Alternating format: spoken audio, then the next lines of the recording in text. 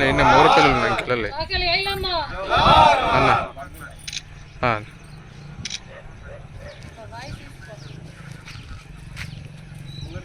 సరే.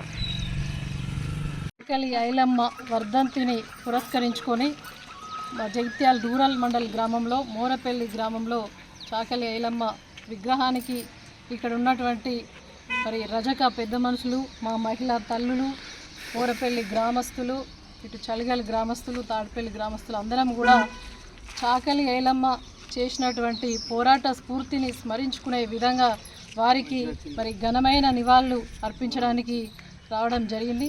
మరి చాకలి ఐలమ్మ ఒక మహిళ అయినా కూడా మహిళా లోకానికి వారు స్ఫూర్తిదాయకం. ఎందుకంటే వారు చేసినటువంటి పోరాటం మరి భూమి కోసం, భుక్తి కోసం, వెట్టి చాకిరి విముక్తి కోసం మరి పోరాటం చేసిన పోరాట స్ఫూర్తి అసలు తెలంగాణ ప్రజలందరికీ కూడా వారు స్ఫూర్తిదాయకం.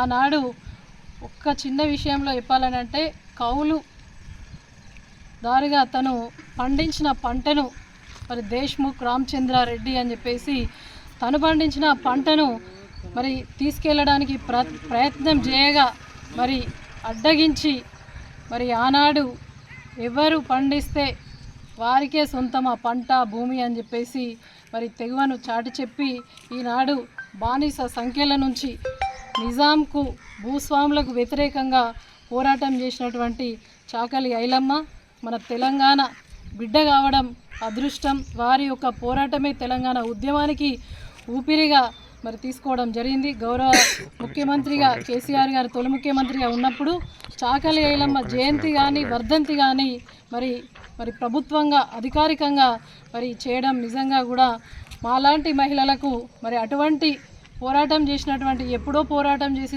మేము పుట్టక ముందు అటువంటి వారి గురించి తెలుసుకోవాలనే ఒక భవిష్యత్ తరాలకు అందించాలనే ఒక తపనతోటి కేసీఆర్ గారు చాకలి ఐలమ్మను గుర్తించడం జరిగింది. మరి అదేవిధంగా బాంఛన్ కాల్ ముక్త అనే బానిస సంఖ్యల నుంచి విముక్తి చేసినటువంటి పోరాట స్ఫూర్తిదాయకంగా మరి చాకలి ఐలమ్మ గారు పిలవడం జరిగింది.